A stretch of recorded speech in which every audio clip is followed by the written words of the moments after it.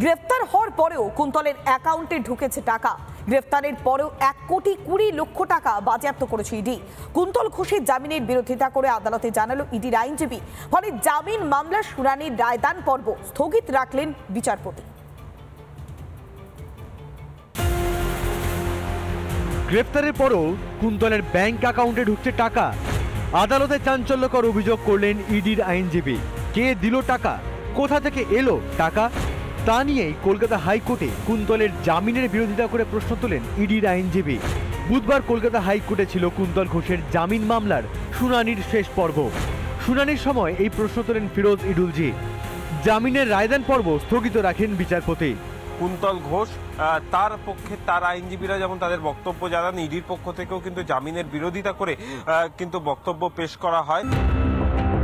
নিয়োগ দুর্নীতির অভিযোগে 2023-এ গ্রেপ্তার হয়েছিলেন তৃণমূলের যুবনেতা কুন্তল ঘোষ। প্রাথমিক শিক্ষা পর্ষদের অপসারিত সভাপতি মানিক ভট্টাচার্যের ঘনিষ্ঠ বলে পরিচিত ছিলেন কুন্তল। 325 জন শিক্ষক পদপ্রার্থীর কাছ থেকে 3,25,00,000 টাকা নিয়েছিলেন কুন্তল, এমনটাই অভিযোগ। এই মামলাতে জামিনের আবেদন করেন কুন্তল। প্রিয়াঙ্কা রায় ও অর্ণব মজুমদারের রিপোর্ট, রিপাবলিক বাংলা। ধুমধাম করে শুরু হওয়া তরুণের স্বপ্নই এখন ঘুম কাটছে পড়ুয়াদের। জেলায় জেলায় ট্যাবের টাকা উধাও। তদন্তে নেমে একাধিক ব্যক্তিকে গ্রেফতার করেছে পুলিশ। তবে শুধুই কি সাইবার হানা, নাকি এর পেছনে রয়েছে কোনো পাকা মাথার পরিকল্পনা?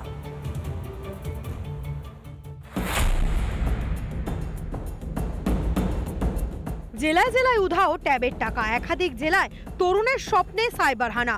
লুণ্ঠিত রাজ্যের কোষাগার, গায়েব লক্ষ লক্ষ টাকা। এই মুহূর্তে আমি রয়েছি ভগবানপুর কেবিএস উচ্চ বিদ্যালয় এবং এই ভগবানপুর কেবিএস উচ্চ বিদ্যালয়ের যিনি চুক্তিভিত্তিক কম্পিউটার শিক্ষক রকি শেখ, তাকে ট্যাব কেলেঙ্কারি মামলায় ইতিমধ্যেই গ্রেপ্তার করা হয়েছে। বিদ্যালয়েরই কম্পিউটার শিক্ষক রকি শেখের গ্রেফতারির হতবাক বিদ্যালয়ের সকলেই। রকি শেখ 2021 সালে এখানে চুক্তিভিত্তিক শিক্ষক হিসাবে জয়েন করার পরে তিনি ঠিকভাবে স্কুলে কম্পিউটারে ক্লাস করাতেন, ঠিকভাবে ক্লাস করতেন, ঠিক টাইমে আসতেন, ঠিক সময় যেতেন। তো তার এই বিষয়ে আমরা কিন্তু সবাই কিন্তু অবাক হয়ে গেছে। ট্যাবের টাকা উধাও কাণ্ডে মালদায় অভিযান চালিয়ে এখনো পর্যন্ত 5 জনকে গ্রেফতার করেছে পুলিশ। ধৃতদের মধ্যে কেবিএস হাই স্কুলের শিক্ষক রকি শেখ ছাড়াও রয়েছেন হাসেন শেখ, পিন্টু শেখ, জামাল শেখ, শ্রবণ সরকার। বেহালার সরসুনা গার্লস উচ্চ বিদ্যালয়ে 26 জন ছাত্রীর ট্যাবের টাকা না ঢোকার অভিযোগ। বুধবার তদন্তে নেমে পুলিশ চোপড়া থেকে 2 অভিযুক্তকে গ্রেফতার করে। মঙ্গলবার আরও 3 জনকে গ্রেফতার করেছিল পুলিশ। 26 জনের যে ট্যাবের টাকা হ্যাকাররা আত্মসাৎ করেছে, এই নিয়ে প্রধান শিক্ষিকা তিনি মূলত অভিযোগ জানান সাইবার ক্রাইমে, এবং সাইবার ক্রাইমের পুলিশ তদন্তে নেমে ইতিমধ্যেই চোপড়া থেকে 2 জনকে গ্রেফতার করেছে এবং এই ঘটনার সঙ্গে কারা যুক্ত আছে তা কিন্তু পুঙ্খানুপুঙ্খ তদন্ত করে দেখছে। গঙ্গাসাগরের মহেন্দ্রগঞ্জ উচ্চ বিদ্যালয়েও 31 জন পড়ুয়ার ট্যাবের টাকা ঢোকেনি। টাকা হ্যাক হয়েছে, আমরা শুনেছি, আমাদের স্কুলে স্যার বলেছে যে আমাদের টাকা হ্যাক হয়েছে। আমরা আবার স্কুলে এসেছি, স্কুলে সেটা কাগজ জমা দেবো। জমা দেওয়ার পর স্যার বলেছে আবার কিছুদিনের মধ্যে আমাদের টাকা ঢুকতে পারবে। আমাদের বলেছে যে 5 তারিখ ঢুকবে, 25 তারিখ ঢুকবে, এরকম করে বলেছে। তারপর আমাদের টাকা এখনো ঢুকেনি। অনেকে পেয়েছে, আর ওই 30-31 জন মতন পাইনি এখনো। গঙ্গাসাগর থানায় লিখিত অভিযোগ দায়ের করে স্কুল কর্তৃপক্ষ। আমাদের বিদ্যালয়ে 261 জন ছাত্রছাত্রীর মধ্যে 31 জন ছাত্রছাত্রীর ব্যাপারটা এরকম হয়েছে। এই বিষয়ে আমরা প্রশাসনকে জানিয়েছি, সাগর থানায় জানানো হয়েছে, এফআইআর করা হয়েছে এবং তারা তদন্ত করবেন। বাদ যায়নি বীরভূমও, সেখানেও 17টি স্কুলের 89 জন পড়ুয়ার অ্যাকাউন্টে ঢোকেনি ট্যাবের টাকা। স্কুল পরিদর্শকের তরফে স্কুল কর্তৃপক্ষকে সাইবার ক্রাইম বিভাগে যোগাযোগ করার নির্দেশ। পাশাপাশি জেলা শিক্ষা দপ্তর থেকেও ব্যাংকগুলিকে চিঠি দেওয়া হয়েছে। 89 জন স্টুডেন্ট, তারা তাদের টাকা ব্যাংকের অ্যাকাউন্টে ক্রেডিট হয়নি। আমাদের একটা রিকভারি করার ব্যবস্থা হচ্ছে, ব্যাংকগুলোতে আমরা চিঠি দিচ্ছি যাতে করে, এবং হেড অফ অ্যাকাউন্ট একটা আমাদের গভর্নমেন্ট থেকে প্রোভাইড করা হয়েছে, ওই অ্যাকাউন্টে ব্যাংক টাকাটা রিটার্ন করিয়ে দেবে। আর ইমিডিয়েট স্টুডেন্টরা যারা ডিপ্রাইভড হয়েছে তারা যাতে টাকাটা পায় সেই ব্যাপারে আমরা খুব শিগগিরই তাদের অ্যাকাউন্টে টাকাটা দিয়ে দেওয়ার ব্যবস্থা আছে। হাওড়া সত্ত্বেও 30টি স্কুলের প্রায় 124 জন ছাত্রছাত্রীর অ্যাকাউন্টে ঢোকেনি টাকা। সরকারি পোর্টালে সমস্ত নথি দেওয়ার পরেও মিলছে না তরুণের স্বপ্ন প্রকল্পের টাকা। আমরা আমাদের মাননীয় জেলা পরিদর্শক স্যার আছেন, ডিআই স্যার ভিসিটিসি করেন এবং আমাদের প্রয়োজনীয় নির্দেশ দেন। তার নির্দেশ অনুযায়ী প্রশাসনিক যা যা পদক্ষেপ নেবার আমরা নিচ্ছি। জেলায় জেলায় তরুণের স্বপ্নের টাকা নিয়ে ভোগান্তি। কারো অ্যাকাউন্টে ঢুকছে না টাকা, আবার কারো অ্যাকাউন্টে দ্বিগুণ টাকা। তদন্তে নেমে বিভিন্ন জেলা থেকে গ্রেফতার একের পর এক অভিযুক্ত। সাইবার হানা নাকি অন্য কোনো গভীর দুর্নীতির ছক? রিপাবলিক বাংলা। পাহাড়ে গিয়ে ফের একবার মুখ্যমন্ত্রীর গলায় পাওনার গাওনা। আরও একবার কেন্দ্রকে নিশানা করেন মমতা বন্দ্যোপাধ্যায়।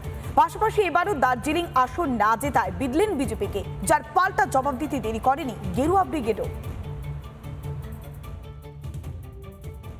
हमारा पंचायत डिपार्टमेंट से सेंट्रल गवर्नमेंट हमको रुपया नहीं देते हैं और वोट का टाइम में जरूर वोट लेके चला जाता है। উন্নয়ন আর বঞ্চনা নিয়ে চেনা বুলি মমতা ব্যানার্জির মুখে। কেন্দ্রীয় সরকারের অসহযোগিতার জন্যই নাকি থমকে রয়েছে উন্নয়নের চাকা। মুখ্যমন্ত্রীর ভাবখানা এমন যেন নিজের গাঁটের কড়ি খরচা করেই সব করতে হচ্ছে রাজ্যকে। ये करेंगे, वो करेंगे, हैन करेंगे, तन करेंगे, कुछ नहीं करते हैं, झूठा कह के चला जाते हैं।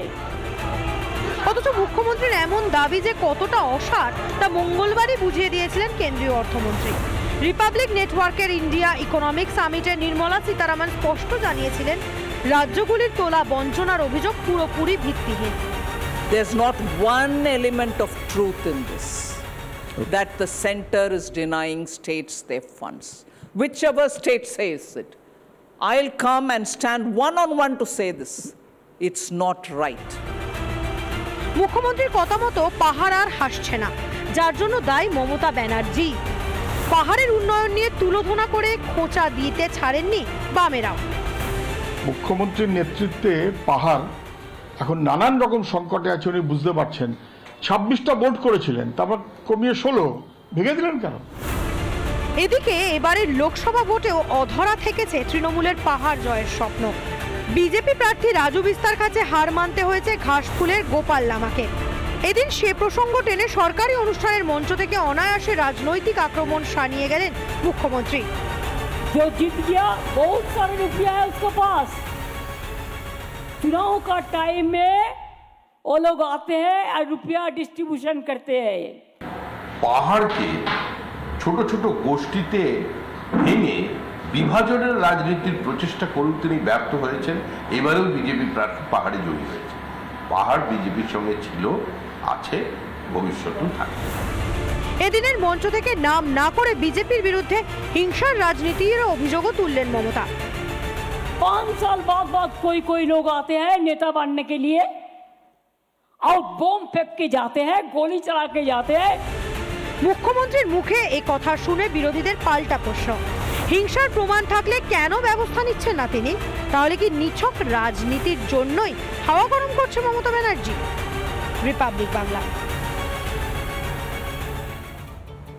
নানা ধরনের কন্টেন্ট দেখার জন্য লাইক করুন, শেয়ার করুন আমাদের ফেসবুক পেজ, সাবস্ক্রাইব করুন আমাদের ইউটিউব চ্যানেল।